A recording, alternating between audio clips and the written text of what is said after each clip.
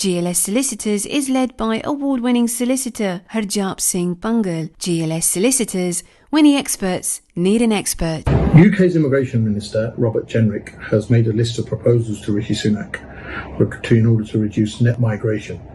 And we'll run through a list of those proposals. Nothing has been agreed yet. However, the proposals are quite drastic in change. And there are 5 points in that.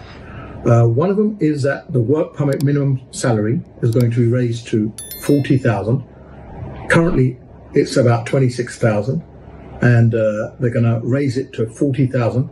That a minimum of 40,000 must be paid for people to come and work in the UK under a Tier 2 skilled worker visa. However, nothing has been said about industries such as health and care, where currently people can get in around about under 21,000. So it's important to know that this is a proposal. The effect of this will be that a lot of people won't qualify for work permits. Employers might not want to hire people if they're going to have to pay them from 26,000 to 40,000.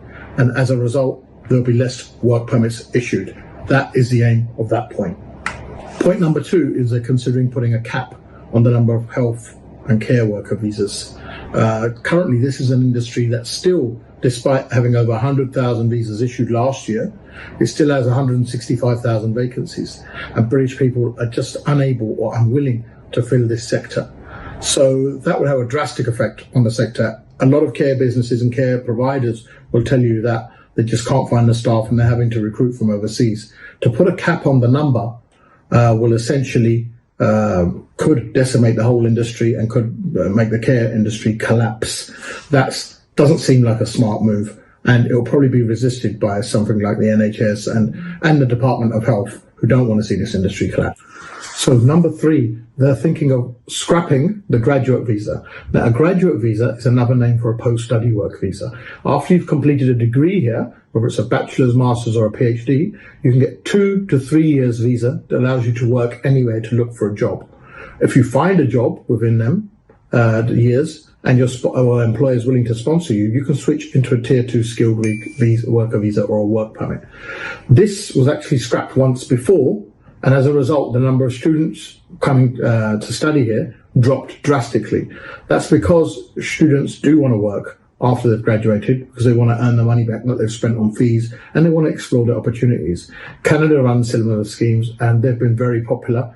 However, in the UK, we scrapped them before, but they were reintroduced by this government, and now it looks like they're scrapping them again. Another proposal is to stop dependents of work permit holders coming. So if someone's here to work on a work permit on a skilled worker visa, they can't bring their family over. That's another proposal. So essentially, it could turn out that somebody under a care worker visa is here to look after someone else's family, but they can't bring their own family over. This will reduce net migration figures, because what this means is that if someone's coming over specifically to work, one person, at the moment, they can bring 4 or 5 people over, including their spouse and any children under 18. This would drastically reduce figures, as a lot of visas were given to dependents over the past year. So this does seem like a move that they'll probably bring into place. Students from January are barred from bringing their dependents over. Bachelor students can't bring their dependents over at the moment.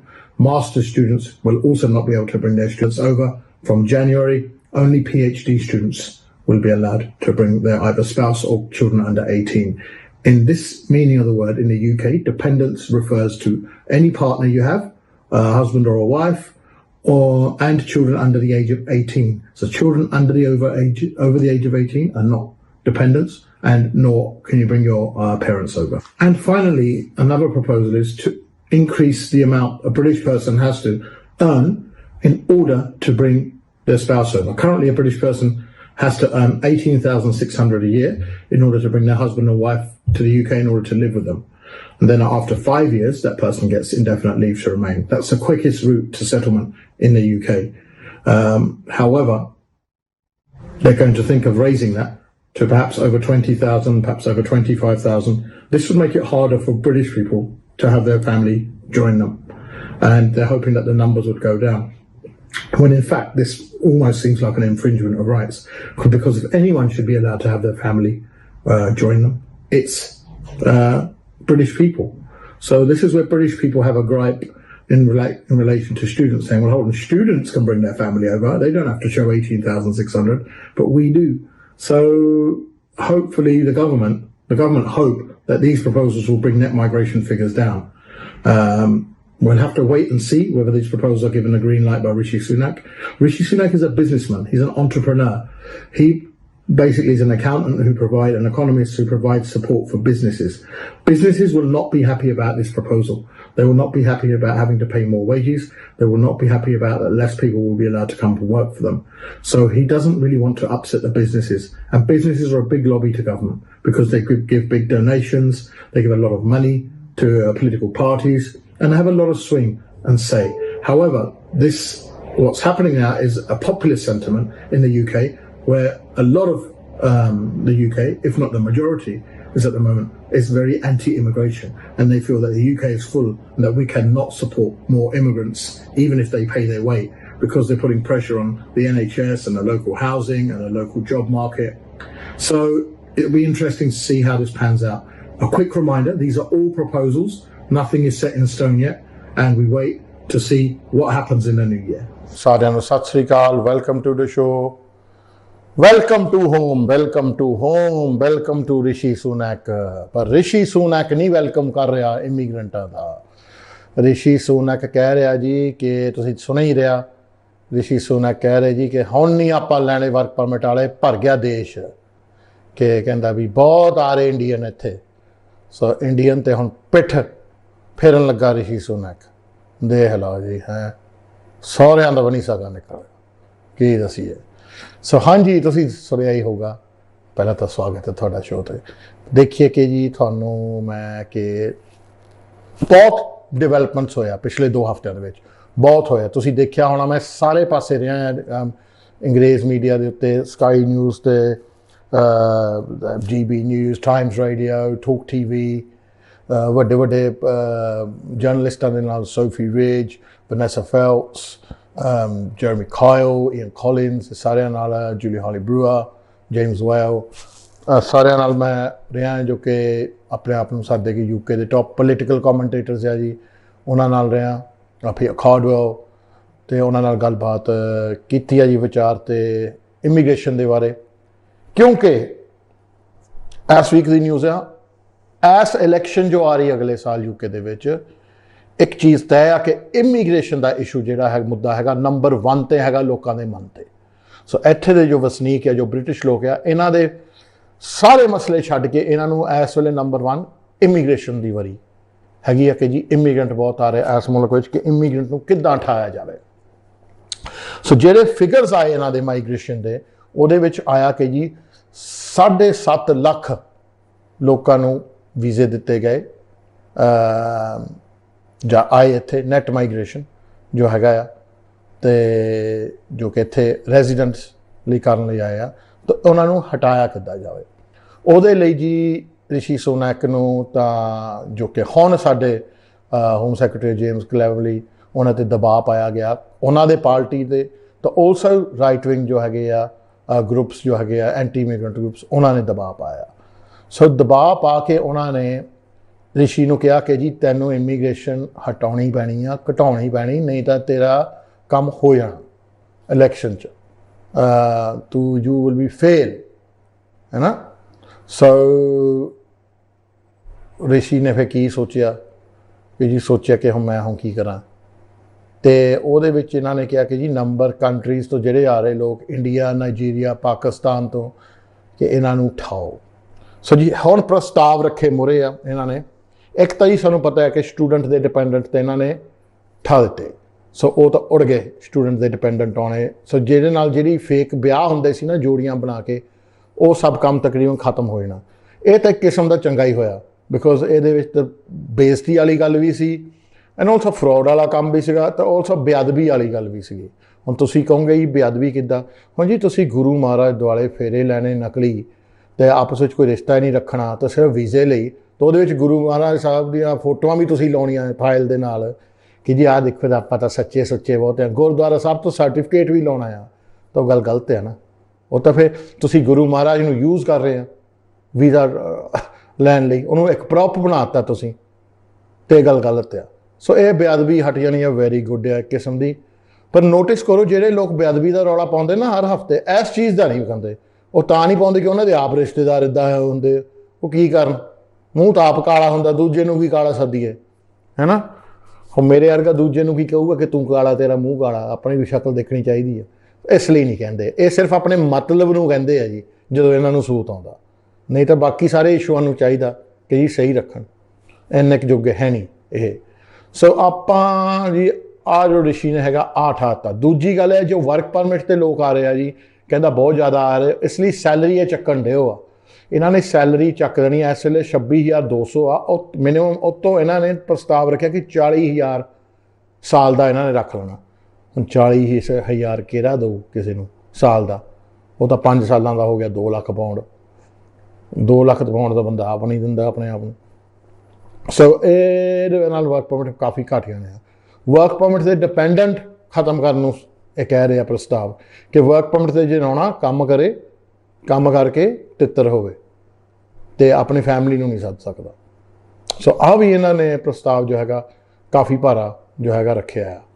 Care sector ਦੇ ਜੋ ਵੀਜ਼ੇ care 'ਚ ਲੱਗ ਰਹੇ, ਇਹਦੇ cap ਪਾ ਦੇਣੇ ਆ ਇਹਨਾਂ ਨੇ ਕਿ ਜੀ ਸਿਰਫ ਇੰਨੇ ਹੀ ਲੱਗਣੇ ਆ, ਉਸ ਤੋਂ ਜ਼ਿਆਦਾ ਨਹੀਂ ਲੱਗਣੇ। ਸੋ ਅੱਗੇ 'ਚ ਤਾਂ ਸਟੂਡੈਂਟ ਵੀਜ਼ਿਆਂ 'ਤੇ ਵੀ ਕੈਪ ਲੱਗੀ ਸੀਗੀ। ਸੋ ਇਹ ਵੀ ਇਹਨਾਂ ਨੇ ਕੈਪ ਲਾਉਣ ਨੂੰ ਇਹ ਸੋਚ ਰਹੇ ਹੈਗੇ ਆ। ਇਹ ਸਾਰੇ ਜੋ ਇਹਨਾਂ ਨੇ ਅਨਾਊਂਸ ਕੀਤੇ ਆ, ਇਹਦੇ ਵਿੱਚ ਇਹਨਾਂ ਦੀ ਪਾਰਟੀ ਨੂੰ ਕਾਫੀ ਸਪੋਰਟ ਮਿਲ ਗਈ ਆ। ਸੋ ਇਹਦੇ ਨਾਲ ਹੋ ਗਿਆ ਜੀ ਕਿ ਹਾਂਜੀ ਕਿ ਚਲੋ ਰਿਸ਼ੀ ਕੁਛ ਕਰ ਤਾਂ ਰਿਹਾ ਆ। ਸੋ ਇਹਨਾਂ ਨੇ ਇਟਸ ਦੇਖੋ ਜੀ ਹੁਣ ਕੀ ਹੁੰਦਾ। ਬੇਸਿਕਲੀ ਇਹਨਾਂ ਨੇ ਇਮੀਗ੍ਰੇਸ਼ਨ 9 'ਚ ਰੱਖ ਲੈਣੀ ਆ, ਬਟ ਇਨ ਪ੍ਰੈਕਟਿਸ ਇਹਨਾਂ ਨੇ ਇਹੀ ਕਹਿਣਾ ਜੀ ਕਿ ਆਪਾਂ ਨਹੀਂ ਚਾਹੁੰਦੇ ਇਮੀਗ੍ਰੈਂਟ ਜੋ ਹੈਗੇ ਆ, because immigration is a number 1 issue. ਤੁਸੀਂ ਕੋਈ ਵੀ TV ਚੈਨਲ ਔਨ ਕਰ ਲਓ ਨਿਊਜ਼ ਵਾਲਾ, ਇੰਗਲੈਂਡ ਦਾ, ਭਾਵੇਂ ਤੁਸੀਂ GB ਨਿਊਜ਼, ਠੂਕ TV, Sky News, BBC news, immigration ਦੀ ਹੀ ਗੱਲ ਹੋ ਰਹੀ ਹੈ ਕਿ ਜੀ ਇਮੀਗ੍ਰੈਂਟ ਬਹੁਤ ਜ਼ਿਆਦਾ ਇਸ ਨੂੰ ਚੱਕ ਰਹੇ ਹੈਗੇ ਆ ਜੀ। ਫਾਰ ਰਾਈਟ ਗਰੁੱਪ ਜੋ ਹੈਗੇ ਆ, ਇਹਨਾਂ ਦੀ ਵੋਟ ਬੈਂਕ ਆ ਕੰਸਰਵੇਟਿਵ ਵਾਲਿਆਂ ਦੀ। ਜੇ ਇਹ ਫਾਰ ਰਾਈਟ ਗਰੁੱਪਾਂ ਦੀ ਜਾਂ ਫਾਰ ਰਾਈਟ ਦੀ ਜਿਹੜੀ ਹੈਗੀ ਵੋਟਾਂ ਨਹੀਂ ਜਿੱਤਦੇ, ਤਾਂ ਰਿਫੋਰਮ ਪਾਰਟੀ ਜਿਹੜੀ ਹੈਗੀ ਆ ਉਹਨਾਂ ਨੂੰ ਬੜੀ ਸਪੋਰਟ ਮਿਲ ਰਹੀ ਆ। ਜੇ ਰਿਫੋਰਮ ਪਾਰਟੀ ਨੂੰ ਸਪੋਰਟ ਮਿਲ ਗਈ ਤਾਂ ਇਹਨਾਂ ਦੀ ਵੋਟ ਬੰਦ ਹੋ ਜਾਣੀ ਆ। ਇਹਨਾਂ ਦੀ ਵੋਟ ਇਹ ਬੰਦ ਹੋ ਗਈ ਤਾਂ ਫਿਰ ਲੇਬਰ ਆ ਗਈ, ਤੇ ਇਹ ਚਾਹੁੰਦੇ ਕਿ ਕਿਸੇ ਹੱਦ 'ਤੇ ਵੀ ਲੇਬਰ ਨਾ ਆਵੇ। ਅੱਛਾ, ਉੱਧਰੋਂ ਲੇਬਰ ਨੇ ਵੀ ਬਿਲਕੁਲ ਜ਼ਿਆਦਾ ਨਹੀਂ ਕਿਹਾ ਕਿ ਹਾਂਜੀ ਇਮੀਗ੍ਰੇਸ਼ਨ ਚਾਹੀਦੀ ਆ। ਉਹਨਾਂ ਨੂੰ ਵੀ ਪਤਾ ਕਿ ਰਾਈਟ ਵਿੰਗ ਦੀ ਹੁਣ ਇਹਨਾਂ ਤੋਂ ਟੁੱਟ ਕੇ ਸਾਡੇ ਵੱਲ ਨੂੰ ਜੇ ਆ ਜਾਵੇ, ਜਾਂ ਆਪਾਂ ਇਹਨਾਂ ਦੀ ਬੋਲੀ ਬੋਲੀਏ ਤਾਂ ਇਹਨਾਂ ਦੀ ਰਹਿੰਦੀ ਖੁੰਦੀ ਵੋਟ ਸਾਨੂੰ ਮਿਲ ਜਾਵੇ ਤੇ ਇਹ ਆ ਜੂਗੇ। ਸੋ ਇਸ ਲਈ ਸਭ ਰਾਜਨੀਤਿਕ ਮਸਲੇ ਚੱਲ ਰਹੇ ਆ ਜੀ ਇਸ ਵੇਲੇ ਜੋ ਹੈਗੇ ਆ। ਸੋ ਇਹ ਇਮੀਗ੍ਰੇਸ਼ਨ ਨੂੰ ਇੱਕ ਰਾਜਨੀਤਿਕ ਦਾ ਖੇਲ ਬਣਾ ਦਿੱਤਾ ਇਹਨਾਂ ਨੇ। ਹੁਣ ਇਹਦੇ ਵਿੱਚ ਦੇਖੀਏ ਕਿ ਜੀ ਕੀ ਹੋਊਗਾ ਕੀ ਨਹੀਂ। ਆਪਾਂ ਕੀ ਕਰ ਰਹੇ ਹਾਂ ਜੀ, ਮੈਂ ਤਾਂ ਆਪਣੇ ਵਿਚਾਰ ਦੱਸੇ ਆ ਕਿ ਜੀ ਜਿਹੜੇ ਇਮੀਗ੍ਰੇਸ਼ਨ ਦਾ ਗਲਤ ਪ੍ਰਯੋਗ ਕਰਦੇ ਆ ਉਹਨਾਂ ਨੂੰ ਉਠਾਓ, ਪਰ ਜਿੱਥੇ ਲੋੜ ਆ ਉੱਥੇ ਤੁਸੀਂ ਚਾਲੂ ਰੱਖੋ। ਇਹ ਵੀ ਕਹਿ ਰਿਹਾ ਕਿ ਜਿਹੜਾ 18,600 ਕਮਾਉਂਦੇ ਆ ਬ੍ਰਿਟਿਸ਼ ਆਪਣੇ ਹਸਬੈਂਡ ਵਾਈਫਾਂ ਨੂੰ ਸੱਦਣ ਲਈ, ਉਹ ਵੀ ਚੱਕੋ। ਇਹ ਉਹ ਵੀ ਚੱਕਣ ਦੇ ਗੇਮ 'ਚ ਆ। ਮੈਂ ਕਿਹਾ ਮਰ ਕੇ ਤਾਂ 18,600 ਕਈਆਂ ਤੋਂ ਬਣਾ ਹੁੰਦਾ ਸਾਲ ਦਾ, ਹੁਣ ਤੁਸੀਂ ਕਹਿੰਦੇ ਕਿ ਜੀ ਉਹ ਵੀ ਚੱਕ ਦੇਣਾ। ਸੋ ਇਟਸ ਐਵਰੀਵੇਅਰ ਜਿੱਥੇ ਇਹ ਇਮੀਗ੍ਰੇਸ਼ਨ ਨੂੰ ਡਿਸਕਰੇਜ ਕਰ ਸਕਦੇ ਆ, ਠਾ ਸਕਦੇ ਆ, ਇਹ ਕਰ ਰਹੇ ਕੋਸ਼ਿਸ਼ ਜੋ ਹੈਗਾ ਆ। ਇਹਨਾਂ ਪੱਖੋਂ ਹੁਣ ਪੂਰੀ ਜ਼ੋਰ ਲੱਗਣੀ ਆ ਜੀ ਜਦ ਤੱਕ ਇਲੈਕਸ਼ਨ ਨਹੀਂ ਹੁੰਦੀ, ਜਾਂ ਮਈ 'ਚ ਹੋਊਗੀ ਜਾਂ ਨਵੰਬਰ 'ਚ ਹੋਊਗੀ ਇਲੈਕਸ਼ਨ, ਕਿ ਜੀ ਇਹਨਾਂ ਨੇ ਇਮੀਗ੍ਰੇਸ਼ਨ 'ਤੇ ਪੂਰਾ ਦਬਾਅ ਪਾਉਣਾ ਆ। ਸੋ ਅਗਲਾ ਸਾਲ ਇਮੀਗ੍ਰੇਸ਼ਨ ਲਈ ਬਹੁਤ ਅੱਛਾ ਨਹੀਂ ਕੁਛ ਦਿਸ ਰਿਹਾ ਜੋ ਹੈਗਾ ਆ। ਲੈਟਸ ਸੀ ਕਿ ਅੱਗੇ ਕੀ ਹੁੰਦਾ ਕੀ ਨਹੀਂ, but it's not looking good. ਹੁਣ ਇਹਦੇ ਬਾਰੇ ਸਾਰੀ ਇਨਫੋਰਮੇਸ਼ਨ ਕਿੱਥੋਂ ਮਿਲ ਸਕਦੀ ਹੈ ਤੁਹਾਨੂੰ ਮੈਂ ਦੱਸ ਦਿੰਦਾ ਜੀ। ਇੱਕ ਤਾਂ ਸਾਰੀ ਜੋ ਵੀਡੀਓਜ਼ ਮੈਂ ਰੈਗੂਲਰਲੀ ਪਾ ਰਿਹਾ ਹੈਗਾ ਮੇਰੇ YouTube ਚੈਨਲ 'ਤੇ। ਸੋ ਤੁਸੀਂ ਮੇਰੇ YouTube ਚੈਨਲ 'ਤੇ ਜਾ ਸਕਦੇ ਆ, ਹਰਜਾਪ ਭੰਗਲ YouTube ਚੈਨਲ ਹੈਗਾ, ਉੱਤੇ ਤੁਸੀਂ ਸਬਸਕ੍ਰਾਈਬ ਕਰੋ। ਜਦੋਂ ਵੀ ਕੋਈ ਨਵੀਂ ਵੀਡੀਓ ਆਉਂਦੀ ਹੈ, ਕਿਉਂਕਿ ਹਰ ਦੂਏ ਤੀਏ ਦਿਨ ਹੁਣ ਨਵੀਂ ਵੀਡੀਓ ਮੈਂ ਛੱਡਦਾ ਹਾਂ, ਕਿਉਂਕਿ ਨਿਊਜ਼ ਹੀ ਇੱਦਾਂ ਹੀ ਆਉਂਦੀ ਆ ਹਰ ਦੂਏ ਤੀਏ ਦਿਨ। ਸੋ ਉਹ ਤੁਹਾਡੇ ਆਟੋਮੈਟਿਕਲੀ ਈਮੇਲ 'ਚ ਆ ਜਾਏਗੀ, ਤੁਹਾਨੂੰ ਨੋਟੀਫਿਕੇਸ਼ਨ ਫੋਨ 'ਤੇ ਆ ਜਾਂਦੀ ਕਿ ਇਹ ਨਵਾਂ ਵੀਡੀਓ ਆਇਆ। ਉਹ ਫਿਰ ਤੁਸੀਂ ਤਾਜ਼ੀ ਖਬਰ ਦੇਖ ਸਕਦੇ ਹੋ, ਤਾਂ ਅਪ ਟੂ ਡੇਟ ਰਹਿ ਸਕਦੇ ਹੋ। ਦੂਜੀ ਗੱਲ ਹੈ ਜੀ ਮੇਰੇ ਟਿਕਟੋਕ ਚੈਨਲ 'ਤੇ। ਸੋ ਛੋਟੀਆਂ ਵੀਡੀਓ, ਲੰਬੀਆਂ ਵੀਡੀਓ ਨੂੰ ਛੋਟੀਆਂ ਕਰਕੇ ਟਿਕਟੋਕ ਮੈਂ ਪਾ ਦਿੰਦਾ ਹੁੰਦਾ, ਉਹਦੇ 'ਤੇ ਤੁਸੀਂ ਫੋਲੋ ਕਰ ਸਕਦੇ। ਟਿਕਟੋਕ 'ਤੇ ਤੁਸੀਂ ਬਾਕੀ ਲੱਲ ਬੱਲਿਆਂ ਨੂੰ ਤਾਂ ਫੋਲੋ ਕਰਦੇ ਆ, ਜਿਹੜੀ ਕੰਮ ਦੀ ਚੀਜ਼ ਆ ਉਹ ਤੁਸੀਂ ਫੋਲੋ ਨਹੀਂ ਕਰਦੇ ਹੈ। ਤੁਸੀਂ ਬਸ ਉਹ ਕਈ ਬੁੜੀਆਂ ਨੂੰ ਦੇਖੀ ਜਾਂਦੇ ਜਿਹੜੇ ਐਡਾ ਡਾਂਸ ਕਰਦੇ ਆ, ਬੰਦਿਆਂ ਨੂੰ ਦੇਖੀ ਜਾਂਦੇ ਗਾਲਾਂ ਕੱਢਦੇ ਇੱਕ ਦੂਜੇ ਨੂੰ, ਹਾਂਜੀ, ਜਾਂ ਫਿਰ ਲੋਕ ਜਿਹੜੇ ਗਾਇਕ ਬਣਨ ਦੀ ਕੋਸ਼ਿਸ਼ ਕਰਦੇ ਉਹਨਾਂ ਨੂੰ ਦੇਖੀ ਜਾਂਦੇ ਆ, ਜਾਂ ਕਲੋਲਾਂ ਦੇਖੀ ਜਾਂਦੇ ਆ। ਵੈਸੇ ਤਾਂ 99 ਟਿਕਟੋਕ ਬਕਵਾਸ ਹੀ ਆ, ਪਰ ਉਹਦੇ 'ਚ ਕੋਈ ਚੱਜ ਦੀ ਚੀਜ਼ ਵੀ ਮਿਲ ਜਾਂਦੀ। ਆਪਾਂ ਜੋ ਚੈਨਲ ਹੈ ਆਪਾਂ ਬਕਵਾਸ ਲਈ ਨਹੀਂ ਖੋਲ੍ਹਿਆ, ਆਪਾਂ ਟਿਕਟੋਕ ਚੈਨਲ ਖੋਲ੍ਹਿਆ ਤਾਂ ਕਿ ਲੋਕਾਂ ਨੂੰ ਇਨਫੋਰਮੇਸ਼ਨ ਅਪ ਟੂ ਡੇਟ ਰਹਿਣ, ਤਾਂ ਕਿ ਆਪਣੇ ਫਿਊਚਰ ਪਲਾਨ ਕਰ ਸਕਣ। ਸੋ ਉਹਦੇ 'ਤੇ ਤੁਹਾਨੂੰ ਇਨਫੋਰਮੇਸ਼ਨ ਮਿਲ ਸਕਦੀ ਆ। ਤੀਜੀ ਜੀ, ਹੁਣ ਮੈਂ ਵੀਡੀਓ ਛੱਡਦਾ ਹੁੰਦਾ ਇੰਸਟਾਗ੍ਰਾਮ 'ਤੇ, ਸੋ ਤੁਸੀਂ ਇੰਸਟਾਗ੍ਰਾਮ 'ਤੇ ਵੀ ਜਾ ਕੇ ਜਾ ਸਕਦੇ ਆ। ਸੋ ਉਹਦੇ 'ਤੇ ਫੋਲੋ ਕਰੋ ਜੀ, ਅਤੇ ਉੱਤੇ ਜੋ ਵੀ ਖਬਰ ਆ ਸਟੋਰੀਆਂ ਵਿੱਚ ਜਾਂ ਰੀਲਾਂ 'ਚ ਲੱਗ ਜਾਂਦੀ ਹੁੰਦੀ ਹੈ। ਅੱਜ ਟਵਿੱਟਰ 'ਤੇ ਬੜੀ ਵਿਚਾਰ ਜੀ ਇੱਕ ਨਵੀਂ ਆਈ ਆ। ਇੱਕ ਫਾਰ ਰਾਈਟ ਗਰੁੱਪ ਆ ਜੀ, ਬ੍ਰਿਟਨ ਫਸਟ, ਜੋ ਕਿ ਜ਼ਿਆਦਾ ਗੋਰਿਆਂ ਦਾ ਗਰੁੱਪ ਆ, ਜਿਹੜਾ ਆਪਾਂ ਪੁਰਾਣੇ ਜ਼ਮਾਨਿਆਂ ਨੂੰ ਸਕਿਨ ਹੈਡਾਂ ਦੇ ਗਰੁੱਪ ਕਹਿ ਦਿੰਦੇ ਹੁੰਦੇ ਸੀ। ਇਹ ਰੂਪ ਬਦਲ ਕੇ ਆਉਂਦਾ ਇਹ ਗਰੁੱਪ। 1970s ਵਿੱਚ ਨੈਸ਼ਨਲ ਫਰੰਟ ਇਹਨੂੰ ਸੱਦਿਆ ਜਾਂਦਾ ਸੀ। ਹੁਣ ਇਹਨਾਂ ਦੇ ਕਈ ਰੂਪ ਹੈਗੇ ਆ ਜੀ, BNP ਵਗੈਰਾ, EDL, ਬ੍ਰਿਟਨ ਫਸਟ, ਇਹ ਜੋ ਸਾਰੇ ਗਰੁੱਪ ਹੈਗੇ ਆ। ਉਹਨਾਂ ਨੇ ਅੱਜ ਹੀ ਸਾਊਥ ਹਾਲ ਨਗਰ ਕੀਰਤਨ ਦੀ ਪਾ ਕੇ ਇੱਕ ਵੀਡੀਓ ਤੇ ਕਿਹਾ, ਸਾਊਥ ਹਾਲ ਨੂੰ ਟਾਰਗੇਟ ਕੀਤਾ ਕਿ ਜੀ ਕਿ ਸਾਊਥ ਹਾਲ ਵਿੱਚ ਇਮੀਗ੍ਰੇਸ਼ਨ ਜ਼ਿਆਦਾ, ਸਾਊਥ ਹਾਲ ਨੂੰ ਕਰੋ ਖਾਲੀ, ਇਹ ਬਹੁਤ ਜ਼ਿਆਦਾ ਹੈ, ਇੱਥੇ ਗੋਰੇ ਨਹੀਂ ਰਹੇ, ਗੋਰੇ ਨਹੀਂ ਦਿੰਦੇ ਜੀ ਸਾਊਥ ਹਾਲ 'ਚ। ਅਤੇ ਉਹਦੇ ਵਿੱਚ ਕਾਫੀ ਆਪਾਂ ਅੱਜ ਰਹੇ ਹਾਂ ਅਟੈਕਿੰਗ 'ਤੇ, ਕਿ ਜੀ ਮੈਂ ਸਾਊਥ ਹਾਲ ਦੇ ਡਿਫੈਂਸ ਵਿੱਚ ਮੈਂ ਕਾਫੀ ਟਵੀਟ ਕੀਤੇ ਕਿ ਜੀ ਸਾਊਥ ਹਾਲ ਦੇ ਅੱਜ ਦੇ ਨਹੀਂ ਲੋਕ ਰਹਿੰਦੇ, ਸਾਊਥ ਹਾਲ ਦੇ ਲੋਕ ਆਪਣੇ ਰਹਿੰਦੇ 1960 ਦੇ। ਅਤੇ ਸਾਊਥ ਹਾਲ ਦੇ ਵਿੱਚ ਜੋ ਗੋਰਿਆਂ ਨੇ ਰਹਿਣਾ ਹੋ ਰਹਿਣ, ਨਹੀਂ ਤਾਂ ਨਾ ਰਹਿਣ। ਵੈਸੇ ਤਾਂ ਸਾਰੇ ਰਲ ਮਿਲ ਕੇ ਪਿਆਰ ਨਾਲ ਹੀ ਰਹਿੰਦੇ। ਮੈਂ ਕਿਹਾ ਇੱਕ ਵਾਰੀ ਗੋਰੇ ਆਏ ਸੀ ਖੱਪ ਪਾਉਣ ਉੱਥੇ ਬਰੋਡਵੇ 'ਤੇ, ਅਤੇ ਛਿੱਤਰ ਖਾ ਕੇ ਗਏ ਸੀ ਸਕਿਨ ਹੈਡ, ਅਤੇ ਉਹਦੇ ਵਿੱਚ ਕਟਾਪਾ ਕਾਫੀ ਚਾੜਿਆ ਸੀ ਯਾਰ ਸਾਰਿਆਂ ਨੇ।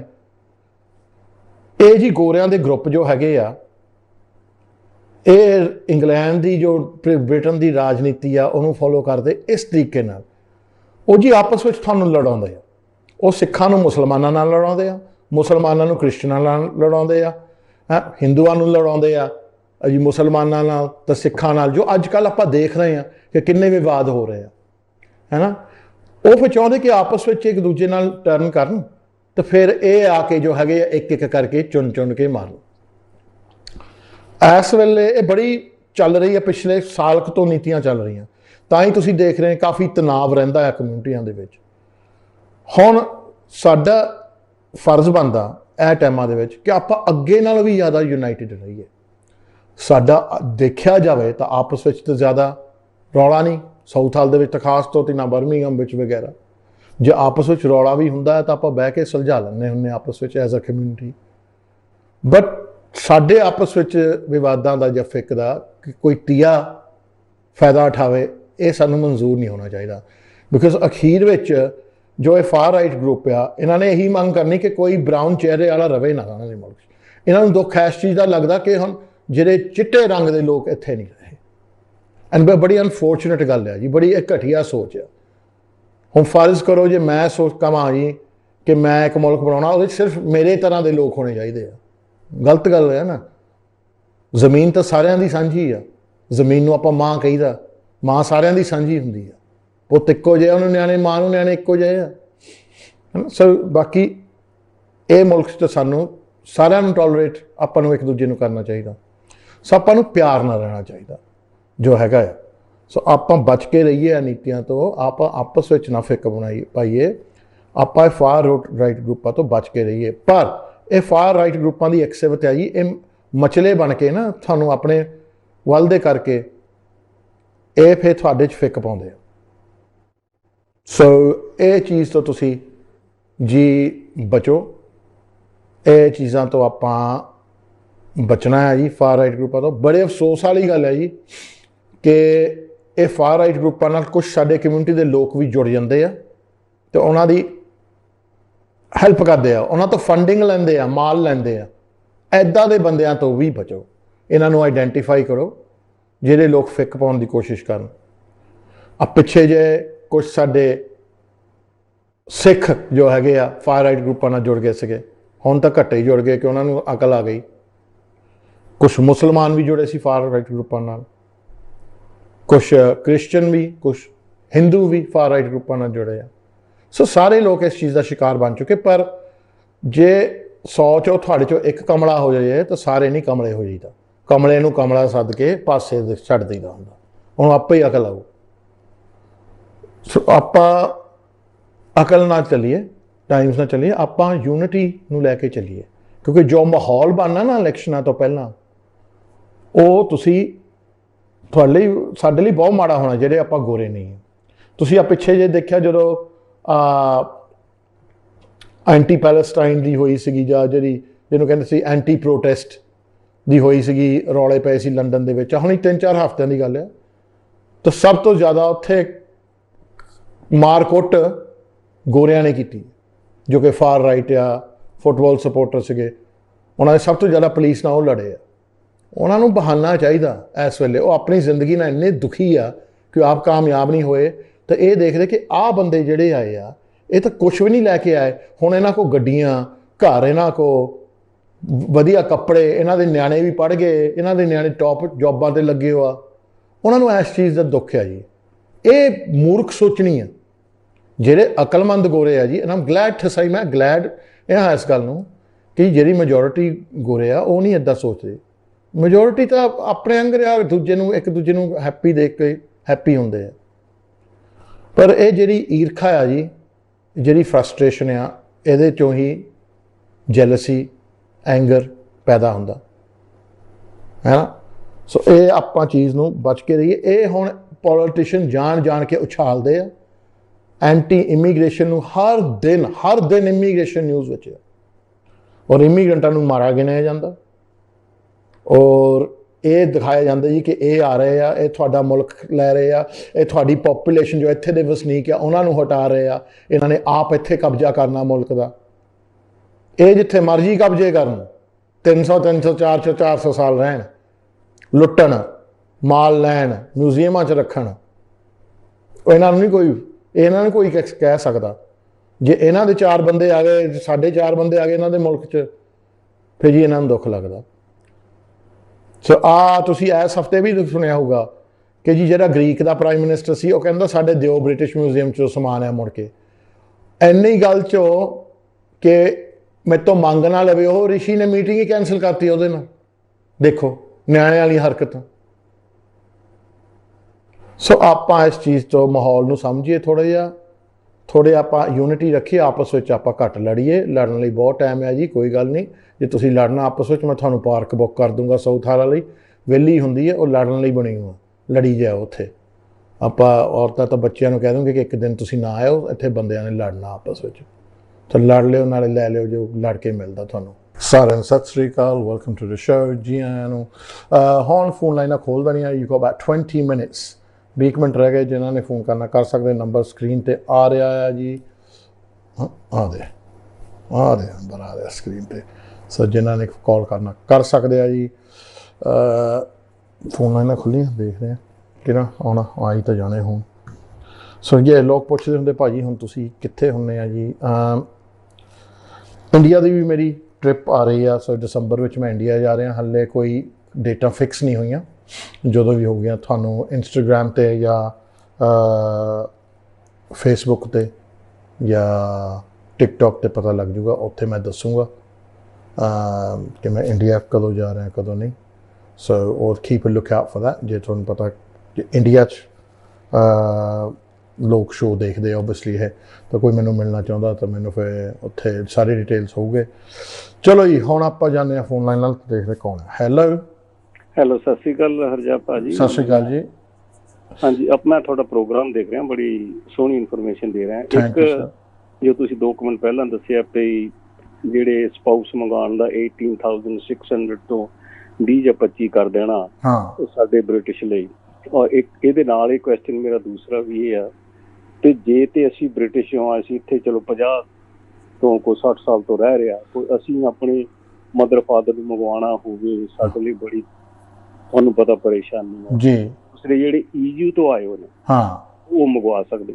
ਮੇਰਾ ਉਹਨਾਂ ਦੇ ਖਿਲਾਫ ਨਹੀਂ, ਉਹਨਾਂ ਦੇ ਖਿਲਾਫ ਨਹੀਂ, ਪਰ ਇੱਥੇ ਵੀ ਤੁਹਾਡੇ ਵਰਗੇ ਲੀਗਲ ਐਕਸਪਰਟਸ ਨੂੰ ਇਸ਼ੂ ਉਠਾਉਣਾ ਨਹੀਂ ਚਾਹੀਦਾ। ਇਹ ਤੇ ਡਿਸਕ੍ਰਿਮੀਨੇਸ਼ਨ ਹੋਈ ਨਾ ਫਿਰ ਭਾਜੀ। ਉਹ ਮੇਰੀ ਗੱਲ ਸੁਣੋ, ਉਹ ਐਕਚੁਅਲੀ ਹੁਣ ਇਸ ਵੇਲੇ ਤਾਂ ਬੰਦ ਆ। ਬ੍ਰੈਗਜ਼ਿਟ ਨੇ ਉਹ ਚੀਜ਼ਾਂ ਬੰਦ ਕਰ ਦਿੱਤੀਆਂ। ਦੂਜੀ ਗੱਲ ਇਹ ਸੀ ਜੀ ਕਿ ਉਹ ਰੈਸਿਪਰੋਕਲ ਸਕੀਮ ਸੀ ਕਿ ਆਪਾਂ ਵੀ ਕਿਸੇ ਯੂਰਪੀਅਨ ਕੰਟਰੀ 'ਚ ਜਾ ਕੇ ਆਪਣੇ ਮਾਪੇ ਨੂੰ ਇੱਦਾਂ ਹੀ ਮੰਗਾ ਸਕਦੇ ਸੀ। ਸੋ ਆਪਾਂ ਵੀ ਜੇ ਹੁਣ ਮੈਂ ਫਰਜ਼ ਕਰਕੇ ਸਪੇਨ ਜਾਣਾ, ਮੈਂ ਵੀ ਬਿਲਕੁਲ ਕੁਛ ਨਹੀਂ ਦਿਖਾ ਕੇ ਉਹਨਾਂ ਨੂੰ ਆਪਣੇ ਮਾਪੇ ਨੂੰ ਇੰਡੀਆ ਤੋਂ ਪੱਕੇ ਸਪੇਨ ਮੰਗਾ ਸਕਦਾ ਸੀ।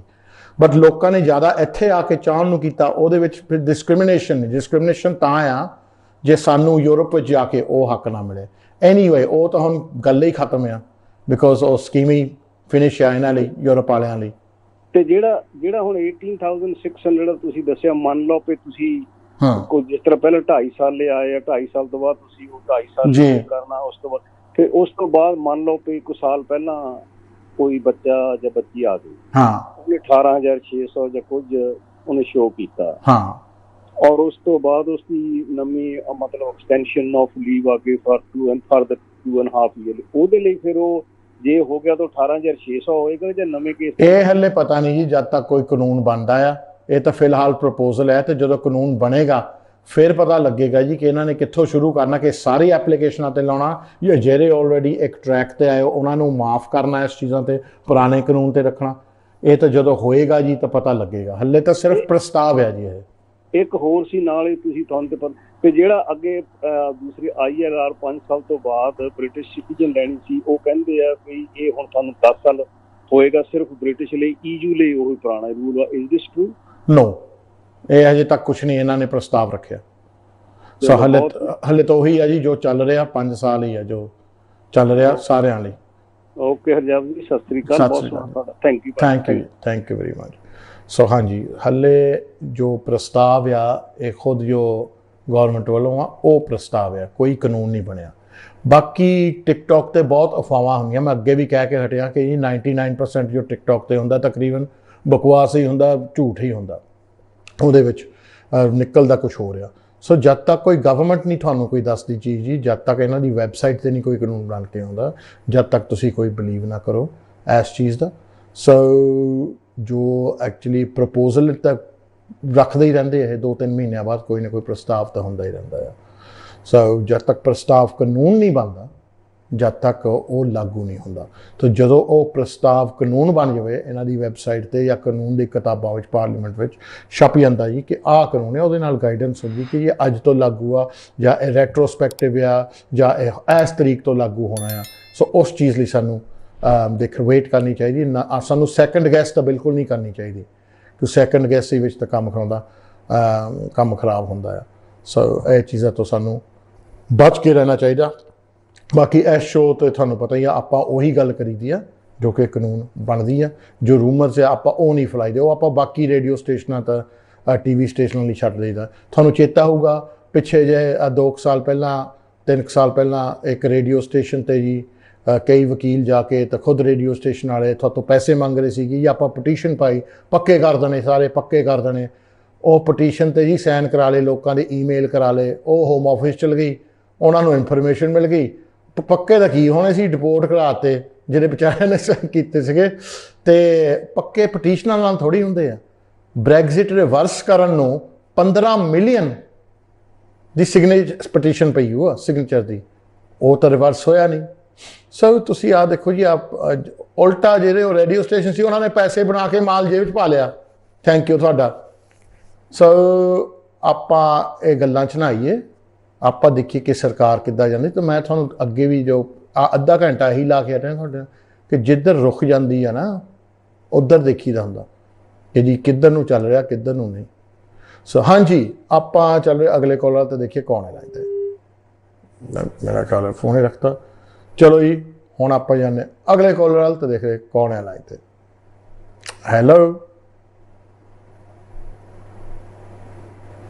ਹੈਲੋ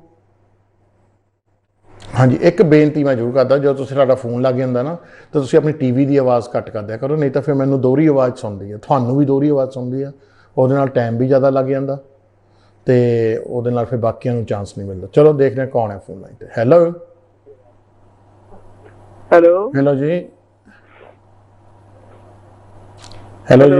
ਜੀ, ਤੁਸੀਂ ਜੀ ਆਪਣੀ ਟੀਵੀ ਦੀ ਆਵਾਜ਼ ਘੱਟ ਕਰੋ ਜੀ। ਜੀ ਭਾਜੀ ਸਤਿ ਸ੍ਰੀ ਅਕਾਲ। ਸਤਿ ਸ੍ਰੀ ਅਕਾਲ ਜੀ। ਭਾਜੀ ਮੈਂ ਕੁਲਵੰਤ ਸਿੰਘ ਬੋਲਦਾ ਵੁਲਵਰਹੈਂਪਟਨ ਤੋਂ। ਹਾਂਜੀ ਭਾਜੀ ਮੇਰੇ ਨਾ ਸਾਲੀ ਦੀ ਕੁੜੀ ਦਾ ਅਸੀਂ ਵਿਆਹ ਕੀਤਾ ਸੀ ਭਾਜੀ ਇੱਥੇ ਇੰਡੀਆ 'ਚ ਨਾ। ਹਾਂ। ਤੇ ਉਹ ਵਿਆਹ ਕੀਤਾ ਸੀ ਤੇ ਉਹ ਨਾ ਮੁੰਡਾ ਇੱਧਰ ਆ ਗਿਆ। ਹਾਂ।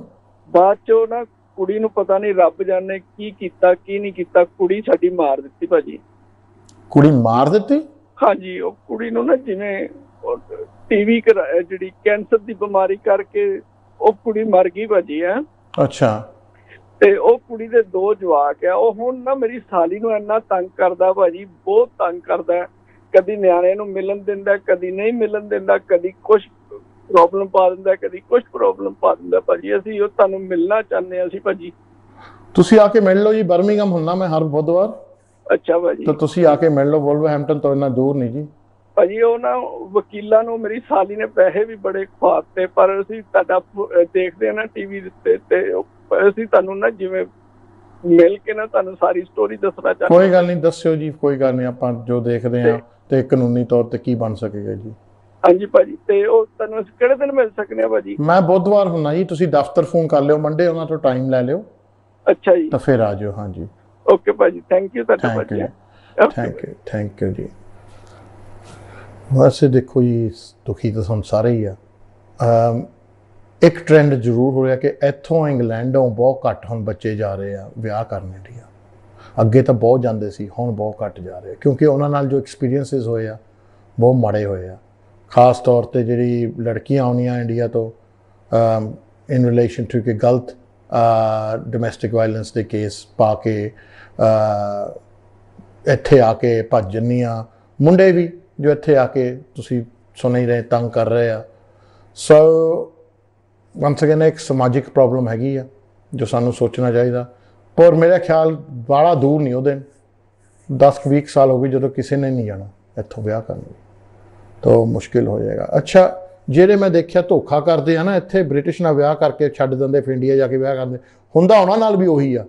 ਉੱਥੋਂ ਇੰਡੀਆ ਤੋਂ ਆ ਕੇ ਉਹਨੂੰ ਛੱਡ ਦਿੰਦੀ ਆ। ਇਹ ਚੇਨ ਆ, ਇੱਦਾਂ ਚੱਲਦੀ ਚੇਨ ਇਜ਼ ਗੋਇੰਗ ਲਾਈਕ ਦਿਸ।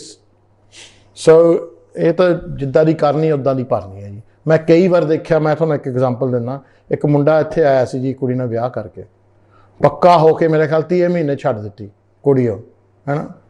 ਫਿਰ ਜੀ ਡਿਵੋਰਸ ਲੈ ਕੇ ਇੰਡੀਆ ਜਾ ਕੇ ਵਿਆਹ ਆਪਣੀ ਸਹੀ ਗਰਲਫ੍ਰੈਂਡ ਨਾਲ ਕਰਕੇ ਆਇਆ ਹੈ। ਫਿਰ ਮੈਨੂੰ ਮਿਲਿਆ ਜੀ 25 ਸਾਲੀ ਬਾਅਦ। 25 ਸਾਲੀ ਨਹੀਂ, ਮਤਲਬ ਕਿ ਉਹ ਕੁੜੀ ਜਿਹੜੀ ਨਵੀਂ ਨਾਲ ਵਿਆਹ ਕਰਕੇ ਉਹਦੇ ਨਾਲ ਸਾਲ ਕੁ ਬਾਅਦ। ਤੇ ਮੈਂ ਕਿਹਾ ਕੀ ਗੱਲ, ਤੂੰ ਤਾਂ ਵਿਆਹ ਕਰਾਇਆ ਸੀ ਮਗਰ ਗਰਲਫ੍ਰੈਂਡ ਨਾਲ? ਕਹਿੰਦਾ ਕੀ ਦੱਸਾਂ ਭਾਜੀ, ਮੇਰੇ 'ਤੇ ਗਲਤ ਕੇਸ ਪਾ ਦਿੱਤਾ ਡੋਮੈਸਟਿਕ ਵਾਇਲੈਂਸ ਦਾ, ਅਤੇ ਉਹ ਹੁਣ ਪੱਕੀ ਹੋ ਗਈ ਤਾਂ ਮੈਂ ਹੁਣ ਪੁਲਿਸ ਕੇਸ ਭੁਗਤਦਾ ਰਹਿੰਦਾ।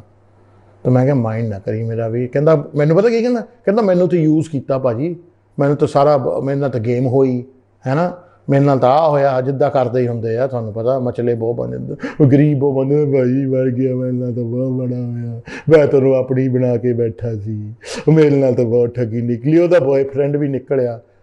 ਮੈਂ ਕਿਹਾ ਜੀ ਸੁਣ, ਨਾਲੇ ਮੈਂ ਕੱਢੀ ਗਾਲ ਹੈਂ, ਨਾਲੇ ਮੈਂ ਕਿਹਾ ਸੁਣ, ਮੈਂ ਕਿਹਾ ਤੂੰ ਨਹੀਂ ਕੀਤਾ ਇੱਦਾਂ ਪਹਿਲੀ ਵਾਰੀ? ਮੈਂ ਕਿਹਾ ਤੂੰ ਉਹ ਕੁੜੀ ਨੂੰ ਇੰਗਲੈਂਡ ਵਾਲੀ ਨੂੰ ਕੀਤਾ ਯੂਜ਼, 5 ਸਾਲ ਬੜਾ ਸੋਹਣਾ ਰਿਹਾ, ਪੱਕਾ ਹੋਇਆ, ਨਾਲ ਦੇ ਨਾਲ ਇਹਦੇ ਨਾਲ ਚੱਕਰ ਚਲਾਉਂਦਾ ਰਿਹਾ, ਡਿਵੋਰਸ ਕਰਕੇ ਇਹਦੇ ਨਾਲ ਹੈ ਕਿ ਅਗਲੀ ਦੇ ਤੇਰੇ ਲਈ 5 ਸਾਲ ਠਹਿਰਨਾ, ਜਿੱਦਾਂ ਦੀ ਗੇਮ ਤੂੰ ਖੇਲੀ ਉੱਦਾਂ ਦੀ ਉਹਨੇ ਖੇਲੀ ਹੈ। ਮੈਂ ਕਿਹਾ ਤੂੰ ਪਿੰਡ 'ਚ ਪ੍ਰੀਤੋਂ ਰੱਖੀ ਹੋਈ ਸੀ, ਉਹਨ ਭਜਨਾ ਰੱਖਿਆ ਸੀ ਸਾਈਡ 'ਤੇ। ਕਹਿੰਦਾ ਹੁਣ ਪੱਕੀ ਹੋ ਗਈ ਤਾਂ ਹੁਣ ਆਪਣਾ ਮੰਗਾਉਣ ਲੱਗੀ ਆ। ਮੈਂ ਕਿਹਾ ਵਧੀਆ ਮੇਰਾ ਵੀਰ, ਹੁਣ ਤੈਨੂੰ ਅਕਲ ਆਈ। ਹੁਣ ਲੋਕਾਂ ਦੇ ਸ਼ਰਮ ਦਾ ਘੱਟ ਹੈ ਜੀ, ਸਿੱਧੀ ਜੀ ਗੱਲ ਆ, ਸ਼ਰਮ ਦਾ ਘੱਟ। ਮੈਂ ਕਈ ਦੇਖੇ ਆ ਜੀ। ਇੱਕ ਬੀਬੀ ਸਾਡੇ ਕੋਲ ਆਈ, ਬੀਬੀ ਕੀ ਔਰਤ, ਉਹਨੂੰ ਕੀ ਕਹੀਏ, ਉਹਦੇ ਜੀ 12 ਸਾਲਾਂ 'ਚ 4 ਵਿਆਹ ਹੋਏ ਆ, 12 ਸਾਲਾਂ 'ਚ। ਮੈਂ ਉਹਨੂੰ ਦੇਖਿਆ, ਮੈਂ ਕਿਹਾ ਭੈਣ ਜੀ ਜਿੰਨੇ ਤੁਹਾਡੇ 12 ਸਾਲਾਂ 'ਚ ਵਿਆਹ ਹੋਏ ਨਾ, ਉਨੇ ਸਾਡੇ 3 ਪੁਸ਼ਤਾਂ 'ਚ ਨਹੀਂ ਹੋਏ। ਮੈਂ ਕਿਹਾ ਇੱਕ ਮੇਰੇ ਬਾਬੇ ਦਾ ਹੋਇਆ, ਇੱਕ ਮੇਰੇ ਡੈਡੀ ਦਾ ਹੋਇਆ, ਇੱਕ ਮੇਰਾ ਹੋਇਆ। ਮੈਂ ਕਿਹਾ 100 ਸਾਲ ਦਾ ਪੀਰੀਅਡ ਲੈ ਲਓ, ਸਾਡੇ 3 ਹੋਏ। ਮੈਂ ਕਿਹਾ ਤੂੰ 12 ਸਾਲਾਂ 'ਚ ਹੀ ਸਾਡੇ ਟੱਪ ਗਈ ਪੂਰੇ ਟੱਬਰ ਨੂੰ, 3 ਪੀੜ੍ਹੀਆਂ ਨੂੰ। ਫਿਰ ਮੈਂ ਜਦ ਕੀ ਕਰਾਂ, ਪਸੰਦ ਨਹੀਂ ਆਉਂਦਾ, ਮੇਰੇ ਟਿਕਦੇ ਨਹੀਂ। ਮੈਂ ਕਿਹਾ ਬੱਸ ਕਰ ਹੁਣ, ਬੱਸ ਕਰ, ਪੰਜਵਾਂ ਵੀ ਹੁਣ ਉੱਦਾਂ ਹੀ ਨਹੀਂ ਸੱਜਦੀ, 55 ਦੀ ਤਾਂ ਹੋ ਗਈ। ਹਾਂ ਪੰਜਵਾਂ ਜਿਹਨਾਂ ਨਾਲ ਵਿਆਹ ਕਰਨਾ ਜੀ ਉਹ 28 ਸਾਲਾਂ ਦਾ। ਮੈਂ ਕਿਹਾ ਕੁੱਛੜ ਚੱਕ ਲਈ ਉਹਨੂੰ, ਬੱਚੇ ਹੰਗਰ ਹੀ ਆ, ਰਾਟ ਪਾਈ ਜਾਓ। ਇੱਦਾਂ ਦੇ ਇੰਡੀਆ ਵਾਲੇ ਆ, ਬਸ ਬਿਨਾਂ ਦੇਖੇ ਤੋਂ ਬਾਅਦ ਨਿਗਾਹ ਦਿਓ ਜੀ, ਨਿਗਾਹ ਦਿਓ। ਔਰ ਇੱਦਾਂ ਦੇ ਤੁਸੀਂ ਆ ਮਾਪੇ, ਤੁਹਾਨੂੰ ਕੀ ਕਰੀਏ ਹੁਣ, ਤੁਹਾਡੀ ਤਾਂ ਚੇਨ ਇੱਦਾਂ ਚੱਲਦੀ ਆ। It's such a vicious circle. When you do what I do, you see the worst of our community. And you see these things and you think, oh my God, they don't stop. They don't stop. For 20 years I've been looking at this. They don't learn their lesson. What can you do? Changing our community's mindset is the hardest thing I've had to do. Still haven't achieved it. Chalo ji, hum call wal janne dekhte kaun hai line te. Hello. Hi Paji, you alright? Yeah, good mate. All right, just a quick question. So you know the new IHS charge Yep. coming into play in January, yeah? Yep. So my wife's extension's coming up in February. Yep. On the 16th. Yeah. Is there? I mean, what's the situation? Are we? Yeah. I would apply before it changes. Okay, because it says like they only carry over 28 working days. Yeah, but there's a sort of way to do it. Okay. Yeah. Okay. So, we need to get in touch with you to find out how to do it. Yep. If you want to save yourself a few quid. Okay, cool. Right, I'll contact you privately. All right, nice one. Carry on with the show. It's really good, by the way. Cheers. Take it. All right. Bye. Bye. ਹਾਂਜੀ IHS ਵਧ ਜਾਣੀ ਹੈ ਜੀ 16-17 ਤਰੀਕ ਨੂੰ ਜਨਵਰੀ ਨੂੰ। ਸੋ ਹੁਣ ਤਾਂ ਹੈਗੀ 624 ਪਾਉਂਡ ਨਾ, ਫਿਰ 1064 ਪਾਉਂਡ ਹੋ ਜਾਣੀ ਆ। ਬਹੁਤ ਟੀਕੇ ਲੱਗਣੇ ਆ। ਜਿਹਦਾ ਹੁਣ ਪਰਿਵਾਰ 'ਚ 3 ਆ ਉਹਨਾਂ ਦੇ ਲਵਾਉਣ ਵਾਲੇ ਮਾਲ ਹੀ ਬਣਾ ਰਹੇ ਵੀ। ਇਹਨਾਂ ਨੇ ਵੀ ਸੋਚ ਲਿਆ ਚਲੋ ਕੋਈ ਗੱਲ ਨਹੀਂ, ਤੁਸੀਂ ਸਾਡੇ ਤੋਂ ਮਾਲ ਬਣਾਉਣੇ, ਆਪਾਂ ਉਹੀ ਮਾਲ ਤੁਹਾਡੇ ਤੋਂ ਬਣਾਈ ਜਾਣਾ ਮੁੜ ਕੇ। ਸਹੀ ਹੈ, ਵੱਧ ਰਹੇ ਆ, ਬਚ ਜਾਓ। ਚਲੋ ਹੁਣ ਆਪਾਂ ਜਾਂਦੇ ਆ ਅਗਲੇ ਕਾਲਰ ਤੇ ਦੇਖਦੇ ਕੌਣ ਹੈ ਲਾਈਨ ਤੇ। ਹੈਲੋ। ਲਓ ਜੀ, ਇਹਨਾਂ ਨੂੰ ਤਾਂ IHS ਦਾ ਹੀ ਸੁਣ ਕੇ ਇਹਨਾਂ ਨੂੰ ਵਿਚਾਰੇ ਨੂੰ ਫੋਨ ਰੱਖ ਦਿੱਤਾ। ਹਾਏ ਚਲੋ ਅਗਲਾ ਦੇਖੀਏ। I think that was a case of ਕਿੰਨੇ। ਚਲੋ ਜੀ, ਮੈਨੂੰ ਉਹ ਗੱਲ ਚੇਤੇ ਆ ਗਈ ਜਦੋਂ ਕੁਝ ਸਾਲ ਪਹਿਲਾਂ ਨਾ ਗੱਠਿਆਂ ਦਾ ਭਾਅ ਚੜ੍ਹਿਆ ਸੀ ਇੰਡੀਆ ਦੇ ਵਿੱਚ ਕਾਫੀ। ਤੇ ਮੈਂ ਇੱਕ ਰਿਪੋਰਟ ਦੇਖ ਰਿਹਾ ਸੀ ਅੱਜ ਤੱਕ ਤੇ ਉੱਥੇ ਇੱਕ ਬੰਦਾ ਰੋਵੇ ਤੇ ਐਕਚੁਅਲੀ ਹੈਗੀ ਤਾਂ ਟ੍ਰੈਜਿਕ ਗੱਲ, ਪਰ ਉਹਦੇ ਵਿੱਚ ਥੋੜ੍ਹਾ ਹਾਸਾ ਵੀ ਆਉਂਦਾ ਸੀ। I feel bad about it, right? But ਉਹਦੇ 'ਚ ਇੱਦਾਂ ਹੋਇਆ, ਕਹਿੰਦਾ ਜੀ ਗੱਠਿਆਂ ਨੇ ਮੇਰੇ, ਇੱਕ ਬੰਦਾ ਰੋਏ, ਗੱਠਿਆਂ ਨੇ ਸਾਡਾ ਬਾਪੂ ਲੈ ਲਿਆ। तो औरत पूछे जी कैसे गट्ठों और ये प्याज और तुम्हारे बापू की मौत का संबंध कैसा है, कि ताल्लुक है ना। वो कहता जी साडा बापू गया ਗੱਠੇ ਲੈਣ ਬਾਜ਼ਾਰ 'ਚ। ਜਦੋਂ ਉਹਨੇ ਰੇਟ ਦੇਖਿਆ ਕੁਦਰਤੀ ਵੱਧ ਗਏ ਹੋਗੇ, 85 ਰੁਪਈਏ ਪਤਾ ਨਹੀਂ ਕਿੰਨੇ ਹੋਏ ਸੀ ਤੇ ਕਿਲੋ ਦੇ, ਜੋ ਕਹਿੰਦੇ ਜੋ ਵੱਧ ਗਏ। ਕਹਿੰਦਾ ਜਦੋਂ ਉਹਨੂੰ ਦੱਸਿਆ ਉਹ ਕਹਿੰਦਾ ਕਿੰਨੇ ਕਹਿ ਕੇ ਉਹਨੂੰ ਸਾਹ ਹੀ ਨਹੀਂ ਆਇਆ ਮੁੜ ਕੇ, ਤਾਂ ਉਹਦੇ ਪ੍ਰਾਣ ਹੀ ਨਿਕਲ ਗਏ। ਤਾਂ ਕਿੰਨੇ ਵਿੱਚ ਵੀ ਕਦੇ ਪ੍ਰਾਣ ਨਿਕਲੇ। ਹੁਣ ਆਪਣੇ ਪ੍ਰਾਣ ਨਾਲ ਚੜ੍ਹਾ ਲਿਓ ਗਾਹਾਂ IHS ਦਾ ਸੁਣ ਕੇ, ਤੇ ਹੌਸਲਾ ਰੱਖੋ ਮੇਰੇ ਭੈਣਾਂ ਤੋਂ ਵੀਰੋ। ਤਾਂ ਕਦੇ ਕਿੰਨੇ 'ਚ ਵੀ ਆਉਂਦੇ ਆਪਣੇ ਬੰਦੇ। ਚਲੋ ਦੇਖਦੇ ਕੌਣ ਹੈ ਲਾਈਨ ਤੇ। ਹੈਲੋ।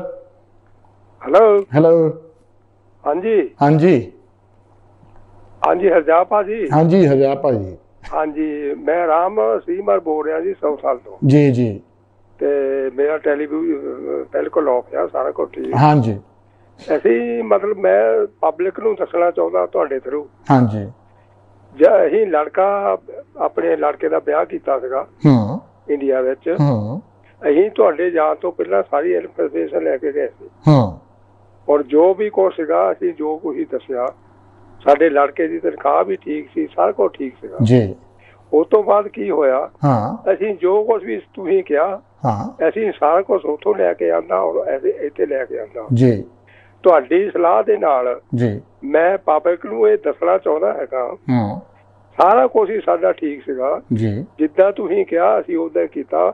ਔਰ ਸਾਡੀ ਲੜਕੀ ਜਿਹੜੀ ਆ, ਮੇਰੀ ਨੂੰਹ ਜਿਹੜੀ ਆ, ਉਹ 7 ਹਫ਼ਤੇ ਤੋਂ ਪਹਿਲਾਂ ਆ ਗਈ ਆ। ਲੈ ਤਾਂ ਵਧਾਈਆਂ ਜੀ। ਫਿਰ ਵਧਾਈਆਂ ਤੁਹਾਨੂੰ ਆ ਜੀ, ਸਾਨੂੰ ਵਧਾਈਆਂ ਤੁਹਾਨੂੰ ਆ। ਮਤਲਬ ਜਿੱਦਾਂ ਕਹਿੰਦੇ, ਮੈਂ ਸਾਰਿਆਂ ਨੂੰ ਦੱਸਣਾ ਚਾਹੁੰਦਾ, ਕਈ ਲੋਕ ਜਿਹੜੇ ਬੜੇ ਮਤਲਬ ਨਾ ਉਹ ਵਿਆਹ ਕਰ ਲੈਂਦੇ ਆ, ਉਹਨਾਂ ਦੇ ਬੱਚਿਆਂ ਦੀ ਜਾਂ ਬੱਚੇ ਦੀ ਤਨਖਾਹ ਵੀ ਨਹੀਂ ਉਨੀ ਹੁੰਦੀ। ਜੀ ਬਹੁਤਿਆਂ ਦੀ ਉਹ ਕਰ ਲੈਂਦੇ ਆ, ਕੋਈ ਨਹੀਂ ਕਰ ਲਿਓ ਜੀ, ਕੋਈ ਨਹੀਂ ਕਰ ਲਓ, ਦੇਖੀ ਜਾਊਗਾ। ਔਰ ਮੈਂ ਤੁਹਾਡਾ ਬੜਾ ਵੱਡਾ ਫੈਨ ਆ, ਜਦੋਂ ਦਾ ਤੁਹਾਡਾ ਪ੍ਰੋਗਰਾਮ ਚੱਲਦਾ ਮੈਂ ਤੁਹਾਡਾ ਪ੍ਰੋਗਰਾਮ ਦੇਖਦਾ। Thank you sir. ਔਰ ਮੈਂ ਤੁਹਾਡਾ ਬਹੁਤ ਹੀ ਜ਼ਿਆਦਾ ਧੰਨਵਾਦ ਕਰਦਾ। Thank you. ਔਰ ਮੈਂ ਦੁਨੀਆ ਨੂੰ, ਸਾਰੀ ਪਬਲਿਕ ਨੂੰ ਦੱਸਦਾ ਵੀ ਇਹਨਾਂ ਦੀ ਗੱਲ ਸੁਣਿਆ ਕਰੋ, ਦੂਜਿਆਂ ਦੀ ਗੱਲ ਨਾ ਸੁਣਿਆ ਕਰੋ। ਜੋ ਇਹ ਕਹਿੰਦੇ ਹੈਗੇ ਇਹਨਾਂ ਦੀ ਗੱਲ ਦੇ ਉੱਤੇ ਅਸਰ ਕਰਿਆ ਕਰੋ, ਇਹਨਾਂ ਦੀ ਗੱਲ ਜਿਹੜੀ ਆ ਉਹ ਮੰਨਿਆ ਕਰੋ। ਔਰ ਮੈਂ ਤੁਹਾਨੂੰ ਯਕੀਨ ਕਰੋ, ਔਰ ਸਾਨੂੰ ਇਹ ਗੱਲ ਸਾਡੇ ਇੰਡੀਆ ਵਿੱਚ ਵੀ ਪਹੁੰਚਦੇ ਆ ਔਰ ਇੱਥੇ ਵੀ ਪਹੁੰਚਦੇ ਆ। ਤੁਸੀਂ ਕੀਤਾ ਕੀ ਆ ਜੀ, ਤੁਹਾਡੀ ਲੜਕੀ 6-7 ਹਫ਼ਤਿਆਂ ਵਿੱਚ ਇੱਥੇ ਆ ਗਈ। ਉਹ ਮੈਂ ਕਿਹਾ ਅਸੀਂ ਤਾਂ ਲਾਅ ਦੇ ਮੁਤਾਬਕ ਕੀਤਾ, ਜੋ ਨਹੀਂ ਕਿਹਾ ਸੀਗਾ ਜੀ ਉਹ ਲਿਆਏ ਜੀ। ਤੁਸੀਂ ਸਾਨੂੰ ਦੱਸਿਆ ਸੀਗਾ ਜੀ। ਹੁਣ ਕਈਆਂ ਨੂੰ ਪਤਾ ਹੀ ਨਹੀਂ ਗਾ ਵੀ GST ਦੀਆਂ ਰਸੀਦਾਂ ਲਿਆਓ ਜੀ। ਤੁਹਾਨੂੰ ਕਿਸੇ ਨੂੰ ਪਤਾ ਹੀ ਨਹੀਂਗਾ ਜੀ, ਜਿੱਥੇ ਤੁਸੀਂ ਪ੍ਰੋਗਰਾਮ ਕਰਦੇ ਆ ਉਹਦੀ ਵੀ GST ਦੀਆਂ ਰਸੀਦਾਂ ਲਿਆਓ ਜੀ। ਜੇ ਹੁਣ ਕਿਸੇ ਨੂੰ ਇੱਥੋਂ ਦੱਸੋ, ਅਸੀਂ ਉਹ ਮੰਨਣ ਨੂੰ ਤਿਆਰ ਕੋਈ ਨਹੀਂ। ਮੈਂ ਤਾਂ ਪਬਲਿਕਲੀ ਇਹ ਗੱਲ ਕਹਿੰਦਾ ਭਾਜੀ। ਔਰ ਤੁਸੀਂ ਮਤਲਬ ਅਸੀਂ ਤਾਂ ਜੋ ਕੀਤਾ, ਜੋ ਤੁਸੀਂ ਦੱਸਿਆ ਉਹ ਹੀ ਕਰਕੇ ਲਿਆਂਦਾ। ਔਰ ਸਾਡੀ ਲੜਕੀ, ਸਾਡੀ ਨੂੰਹ ਜਿਹੜੀ ਆ 7 ਹਫ਼ਤੇ ਦੇ ਵਿੱਚ ਇੱਥੇ ਆ ਗਈ ਔਰ ਉਹਨੂੰ ਆਏ ਨੂੰ ਵੀ 6-7 ਮਹੀਨੇ ਹੋ ਗਏ ਆ। ਚਲੋ ਲੈ ਜੀ, ਬਹੁਤ ਵਧੀਆ ਗੱਲ ਹੈ ਜੀ। ਬਹੁਤ ਵਧਾਈਆਂ। ਤੇ ਟੈਲੀਫੋਨ ਉਦਾਂ ਕਰਦੇ ਵੀ ਰਹੀਦਾ ਹੈਗਾ। ਮੈਂ ਤਾਂ ਪਹਿਲੀ ਵਾਰੀ ਤੁਹਾਨੂੰ ਟੈਲੀਫੋਨ ਕੀਤਾ ਜੀ। ਔਰ ਤੁਹਾਡਾ ਮੈਂ ਬਹੁਤ ਵੱਡਾ ਜ਼ਿਆਦਾ ਫੈਨ ਆ। ਔਰ ਮੈਂ ਲੋਕਾਂ ਨੂੰ ਦੱਸਦਾ ਵੀ ਆ, ਉਹ ਭਾਈ ਉਹਦੀ ਗੱਲ ਸੁਣੋ, ਭਾਈ ਉਹਦੀ ਗੱਲ ਸੁਣੋ। ਕਈ ਮੰਨਣ ਨੂੰ ਤਿਆਰ ਕੋਈ ਨਹੀਂ। ਚਲੋ ਕੋਈ ਗੱਲ ਨਹੀਂ ਜੀ, ਆਪਣੇ ਫਾਇਦੇ ਲਈ ਸੁਣਨੀ ਆ। ਜਿਹੜੇ ਸੁਣਦੇ ਉਹਨਾਂ ਦਾ ਫਾਇਦਾ ਹੋ ਜਾਂਦਾ, ਜਿਹੜੇ ਨਹੀਂ ਸੁਣਦੇ ਉਹ ਫਿਰ ਉਹੀ ਰਾਟ ਪਾਉਂਦੇ ਰਹਿੰਦੇ। ਕੀ ਕਰੀਏ। ਬਹੁਤ ਵਧੀਆ ਤੁਹਾਡਾ ਪ੍ਰੋਗਰਾਮ ਹੁੰਦਾ ਬਾਜੀ, ਬਹੁਤ ਵਧੀਆ। Thank you sir, thank you very much ਤੁਹਾਡਾ, ਐਂਡ ਥੈਂਕ ਯੂ ਤੁਹਾਡੇ ਪਿਆਰ ਦਾ। ਦੇਖੋ ਜੀ, ਜੋ ਮੈਂ ਤੁਹਾਨੂੰ ਕੋਸ਼ਿਸ਼ ਮੈਂ ਇਹੀ ਕਰਦਾ, ਸ਼ੋਅ ਦੀ ਕੋਸ਼ਿਸ਼ ਹੀ ਇਹੀ ਆ ਕਿ ਤੁਹਾਨੂੰ ਸਹੀ ਇਨਫੋਰਮੇਸ਼ਨ ਦੱਸਿਆ ਜਾਵੇ, ਕਿਉਂਕਿ ਇਨਫੋਰਮੇਸ਼ਨ ਇੰਨਾ ਜਦੋਂ ਜਗ੍ਹਾ ਤੋਂ ਆਉਂਦਾ ਹੋਵੇ ਤਾਂ ਬੰਦੇ ਦਾ ਦਿਮਾਗ ਬਦਲ ਜਾਂਦਾ। ਮੈਂ ਵੀ ਕਈ ਵਾਰੀ, ਹੁਣ ਜੇ ਮੈਂ ਬਹਿ ਜਾਵਾਂ ਨਾ 20 ਮਿੰਟ ਤੇ ਟਿਕਟੌਕ ਤੇ, ਮੇਰਾ ਦਿਮਾਗ ਇਹ ਵੀ ਕਿ ਇੱਧਰੋਂ ਇੱਧਰੋਂ ਆ ਤਾਂ ਬ੍ਰੇਕ ਲੈਣੀ ਪੈਂਦੀ ਹੈ ਯਾਰ, ਕਿ ਅਸਲੀਅਤ ਕੀ ਆ। ਸੋ ਆਪਾਂ ਸਾਰਾ ਕੁਛ ਫਿਲਟਰ ਕਰਕੇ ਤੁਹਾਨੂੰ ਜੋ ਅਸਲੀਅਤ ਹੈ ਤੁਹਾਡੇ ਸਾਹਮਣੇ ਲਿਆਈਦਾ। ਦੇਖੋ ਜੀ, ਤੁਸੀਂ ਬਿਮਾਰੀ ਦੱਸਦੇ ਆ, ਮੈਂ ਤੁਹਾਨੂੰ ਇਲਾਜ ਦੱਸ ਦਿੰਦਾ, ਦਵਾਈ ਤੁਹਾਨੂੰ ਦੱਸ ਦਿੰਦਾ, ਪੀਣੀ ਤੁਸੀਂ ਆ। ਹੁਣ ਜੇ ਤੁਸੀਂ ਦਵਾਈ ਨਹੀਂ ਪੀਂਦੇ ਤਾਂ ਕਹੋ ਜੀ ਆਪਾਂ ਤਾਂ ਠੀਕ ਨਹੀਂ ਹੋਏ, ਡਾਕਟਰ ਮਾਰਾ। ਡਾਕਟਰ ਦਾ ਕੀ ਦੋਸ਼ ਆ? ਹੁਣ ਤਾਂ ਦਵਾਈ ਦਿੱਤੀ ਹੋ, ਇਹ ਤਾਂ ਤੁਹਾਡੇ ਤੇ ਆ ਕਿ ਤੁਸੀਂ ਪੀਣੀ ਹੈ ਜਾਂ ਨਹੀਂ।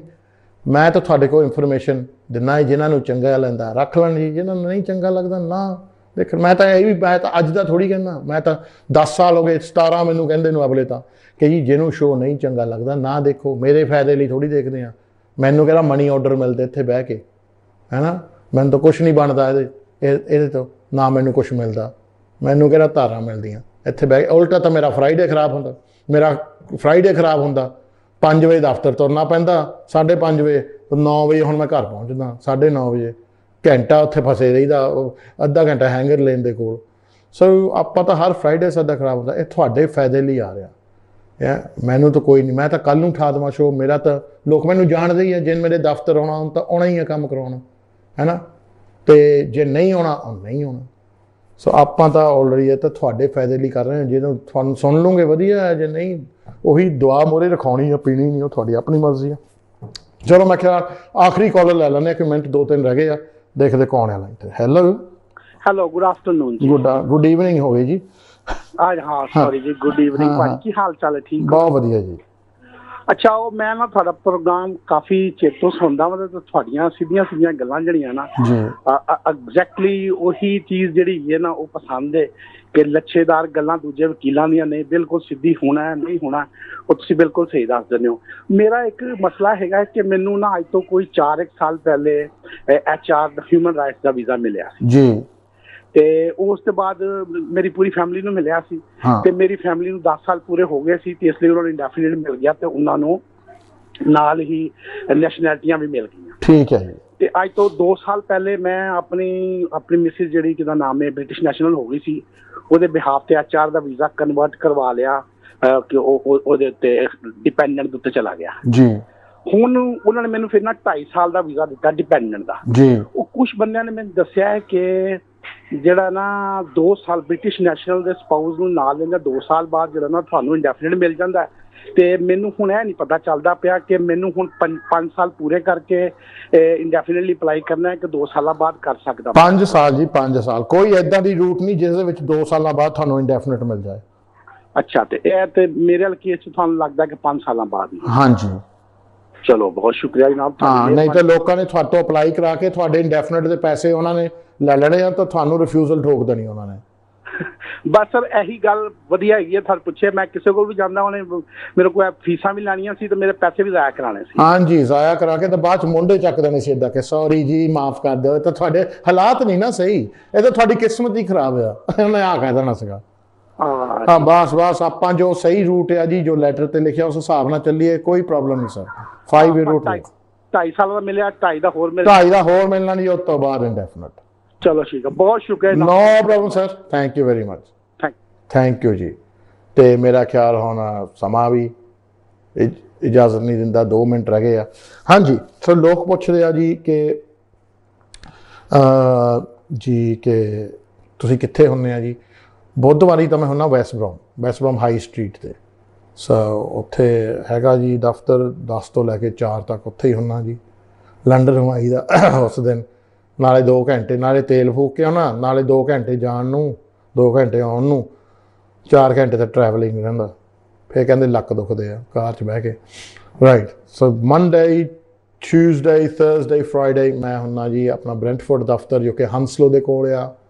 ਸੋ ਉੱਥੇ ਹੁੰਦਾ ਹੈ ਜੀ, ਮੇਨ ਰੋਡ 'ਤੇ ਹੀ ਆ। ਅਤੇ ਪਾਰਕਿੰਗ ਵੀ ਆ ਜੀ ਗਰਾਊਂਡ ਫਲੋਰ 'ਤੇ। ਤੁਹਾਡੀ ਸਾਰੀਆਂ ਸਹੂਲਤਾਂ ਕੀਤੀਆਂ ਹੈ ਜੀ।